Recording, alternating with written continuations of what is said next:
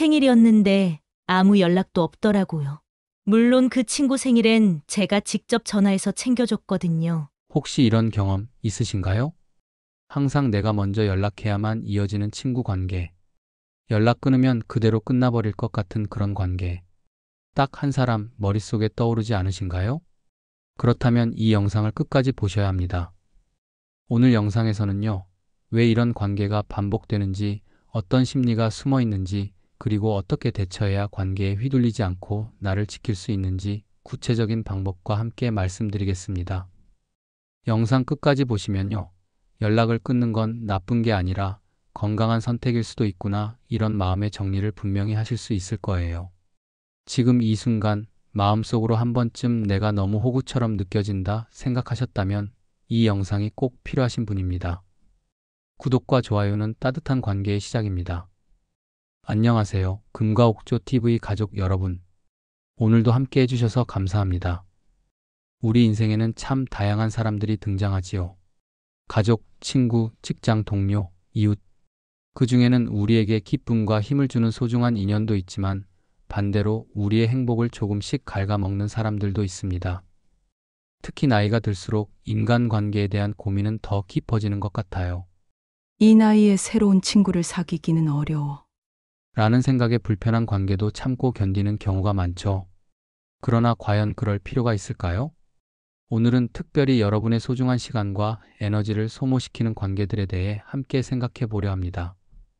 어쩌면 지금까지 참아야 한다, 예의를 지켜야 한다는 이유로 유지해온 관계가 실은 여러분의 행복을 갉아먹고 있었을지도 모릅니다.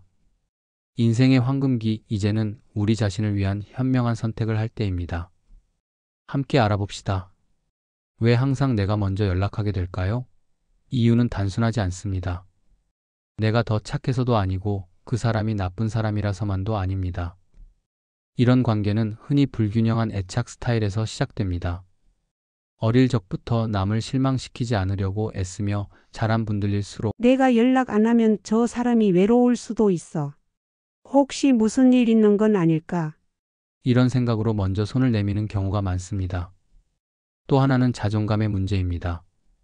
그래도 내가 연락하면 반갑게 받아주잖아. 이런 마음이 들면 상대가 아닌 나의 존재감을 유지하기 위해 연락하게 되죠. 이런 관계가 반복되면 서서히 마음속에 피로감이 쌓입니다.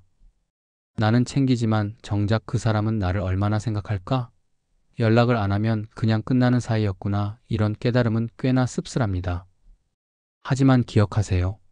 상대가 나쁘거나 내가 부족한 게 아니라 단지 각자의 관계 방식이 다를 뿐입니다. 왜 우리는 불균형한 관계를 유지하려 할까요?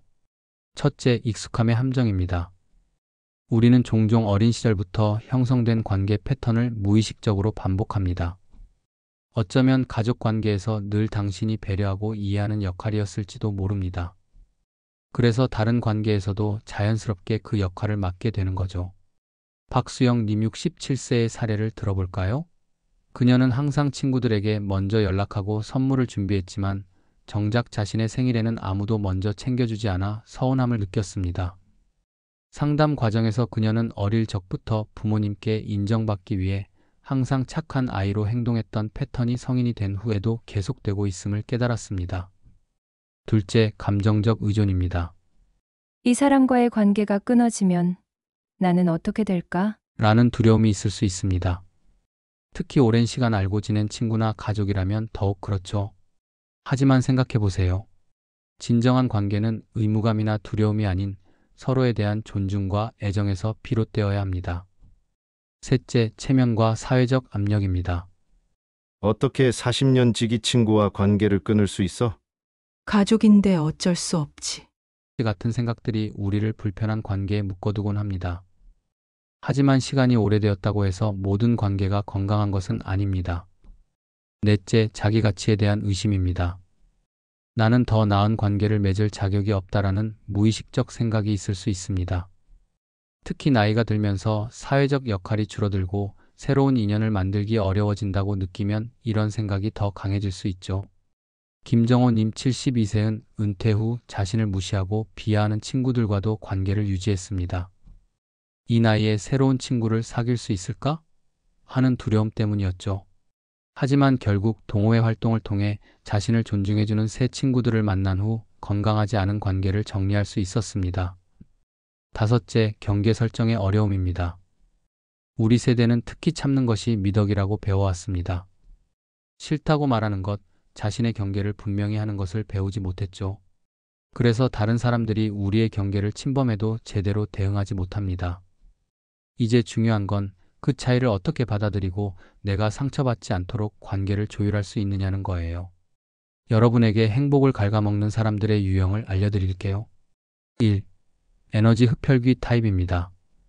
만나고 나면 항상 기운이 빠지고 피곤해지는 사람들입니다. 항상 자신의 문제와 불평불만만 늘어놓고 여러분의 이야기는 들어주지 않아요. 65세 이춘자님은 매번 만나면 이 시간 동안 자신의 병과 아픔, 가족 문제만 이야기하는 친구가 있었습니다.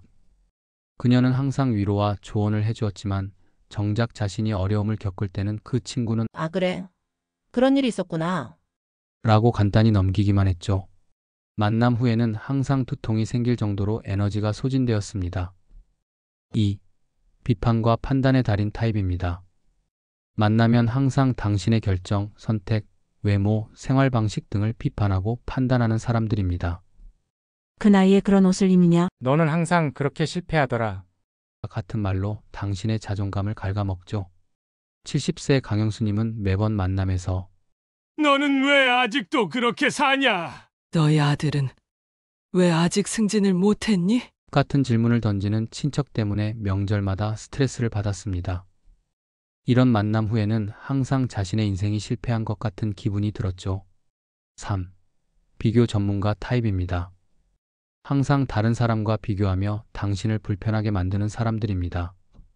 옆집 김 씨는 손주가 서울대 갔대. 우리 아들은 벌써 집을 2채나 샀어. 같은 말을 심심찮게 하죠. 이런 사람들은 자신의 불안감을 타인과의 비교를 통해 해소하려는 경향이 있습니다. 하지만 그 과정에서 당신을 도구로 사용하죠. 이들의 비교는 당신에게 열등감과 불안감을 심어줍니다. 4. 통제하는 사람들 타입입니다. 당신의 선택과 결정을 존중하지 않고 자신의 방식대로 하도록 압박하는 사람들입니다. 특히 가족 중에 이런 유형이 많죠.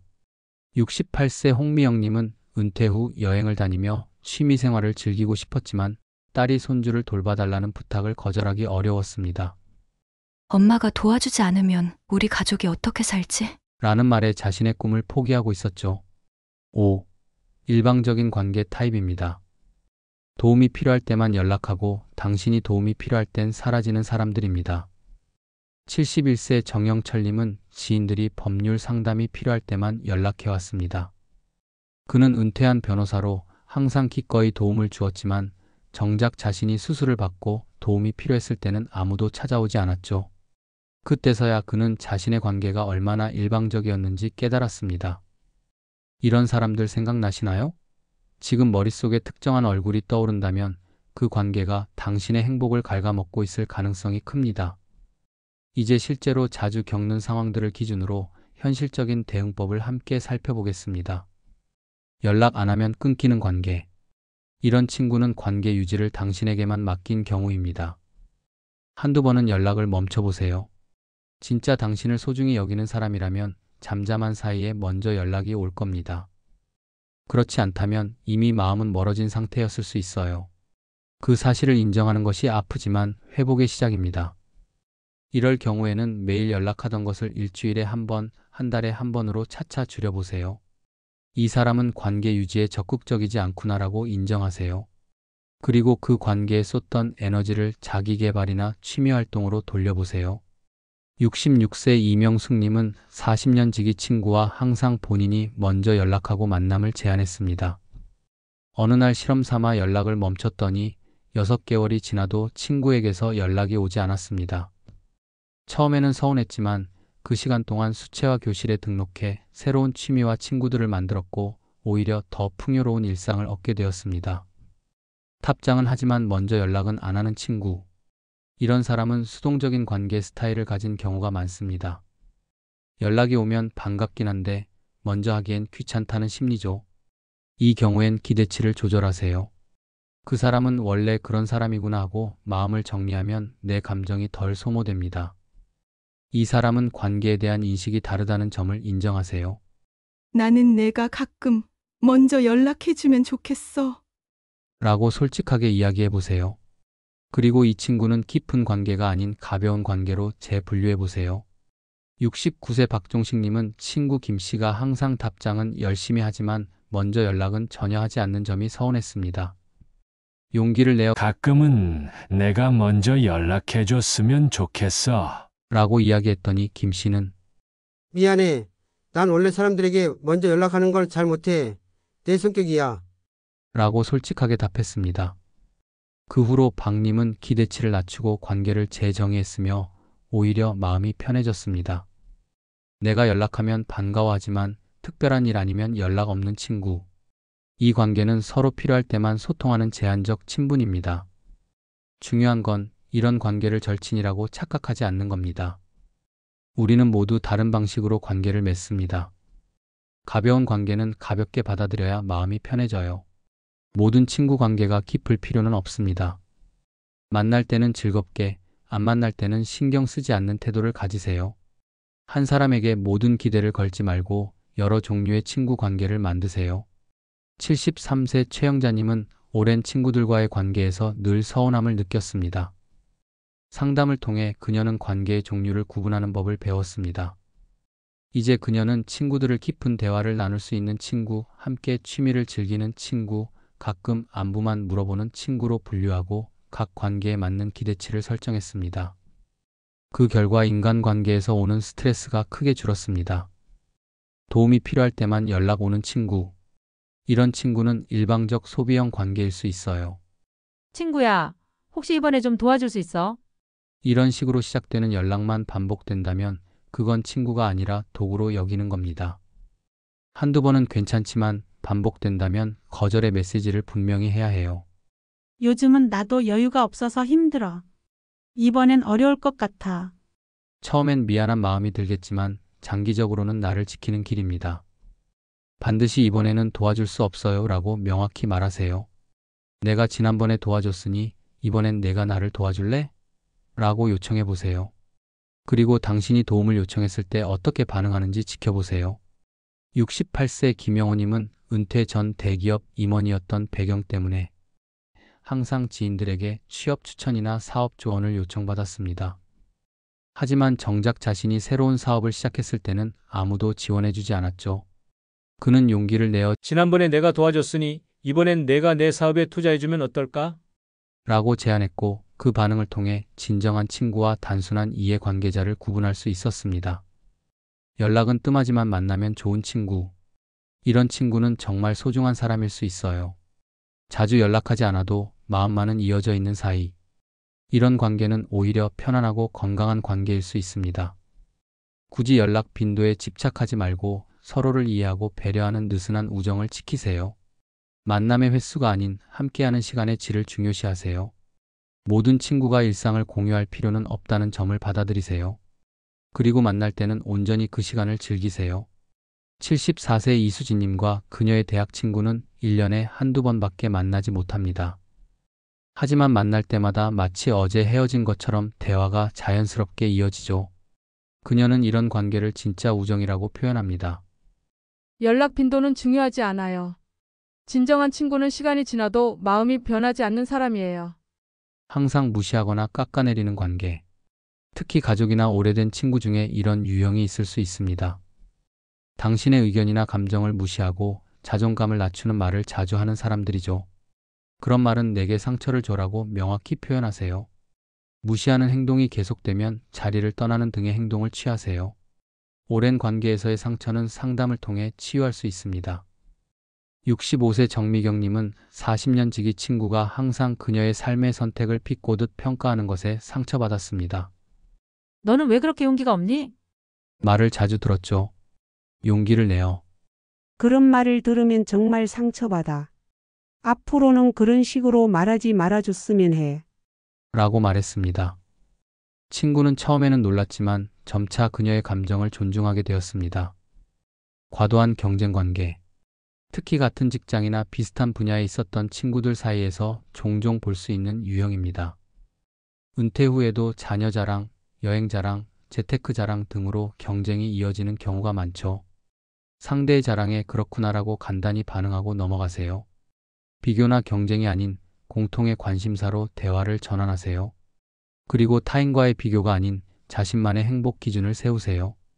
70세 한상철님은 골프 모임에서 항상 자신의 집 크기, 자녀 성공, 주식 수익을 자랑하는 친구 때문에 불편했습니다. 그는 그런 화제가 나올 때마다 요즘 읽은 좋은 책이 있니? 와 같은 질문으로 화제를 전환했고 점차 관계의 질이 개선되었습니다. 이제 마음속으로 고민이 드는 관계가 있다면 아래 질문을 스스로에게 해보세요. 1. 감정 체크. 관계가 주는 에너지. 이 관계는 나에게 기쁨을 주는가, 부담을 주는가? 관계가 주는 감정을 정직하게 마주해보세요. 만날 때마다 에너지가 소진되고 연락할 때마다 한숨이 나온다면 이미 관계의 경고등이 켜진 상태입니다. 반대로 연락은 뜸해도 마음이 따뜻해진다면 그건 여전히 가치 있는 관계일 수 있습니다. 지금 즉시 자신에게 물어보세요. 이 사람과의 관계가 나에게 활력을 주나요? 아니면 에너지를 빼앗아 가나요? 관계는 결국 감정의 교환입니다. 항상 내가 더 많이 투자하고 허전함만 남는다면 균형을 재조정할 시간입니다. 2. 상호성 분석. 관계의 균형 측정하기. 내가 아닌 상대방이 먼저 나를 찾아준 기억이 있는가? 관계의 건강성을 확인하는 간단한 방법은 상호성 체크입니다. 지난 3개월간 그 사람이 먼저 연락한 횟수를 세어보세요. 전혀 없다면 관계의 균형이 심각하게 깨져 있을 가능성이 높습니다. 아픈데 괜찮냐고 물어봐 준 적이 있나? 내 생일이나 중요한 날을 기억해 준 적이 있나? 이런 질문들의 아니오라는 답이 계속된다면 그 관계는 이미 일방통행이 되어 있을지 모릅니다. 3. 진정성 평가. 내면의 목소리 듣기. 상대를 떠올릴 때 마음이 따뜻해지는가, 서운한가? 가끔은 모든 논리를 제쳐두고 순수하게 감정에 집중해 보세요. 그 사람 이름이 휴대폰에 뜰 때 가슴이 따뜻해지나요? 아니면 피하고 싶은 마음이 들나요? 우리의 몸과 마음은 종종 머리보다 정확한 신호를 보냅니다. 친구와의 추억을 떠올릴 때 서운함과 배신감만 남는다면 그것은 이미 관계가 건강하지 않다는 신호입니다. 반면 연락이 뜸해도 그 사람 생각에 미소가 지어진다면 그 관계는 여전히 의미가 있을 수 있어요. 4. 의무감 점검. 진짜 원하는 관계인가? 이 관계는 지켜야 한다는 의무감 때문은 아닌가? 많은 관계가 습관과 의무감으로 유지됩니다. 오랜 친구라서, 학창시절부터 알던 사이라서, 같은 동네라서 등의 이유로 관계를 억지로 이어가고 있지는 않나요? 진정한 인연은 의무가 아닌 자발적 선택에서 시작됩니다. 만약 관계를 유지하는 이유가 끊기면 미안해서 또는 주변에서 뭐라고 할까봐라면 그건 이미 건강한 관계가 아닙니다. 나에게 정말 중요한 사람은 누구인지 다시 한번 생각해 보세요. 5. 미래 전망. 관계의 방향성 예측하기. 연락을 끊는다면 후회할까? 후련할까? 때로는 상상의 시나리오가 우리의 진짜 마음을 보여줍니다. 만약 그 사람과 자연스럽게 연락이 끊어진다면 6개월 후 당신은 어떤 기분일까요? 그리울까요? 아니면 오히려 편안할까요? 이 관계가 앞으로 어떻게 변할 수 있을까? 라는 질문도 중요합니다. 현재의 불균형이 개선될 가능성이 있나요?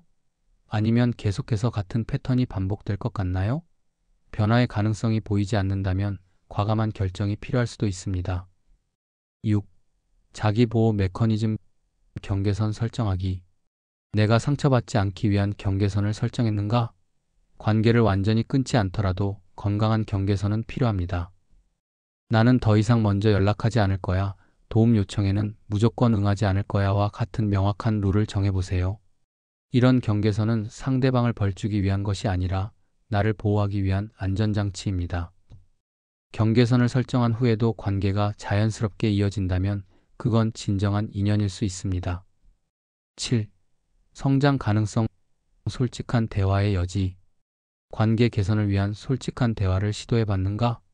때로는 단순한 오해나 소통 방식의 차이가 관계 불균형의 원인일 수 있습니다. 상대방에게 당신의 감정을 솔직하게 표현해 본 적이 있나요?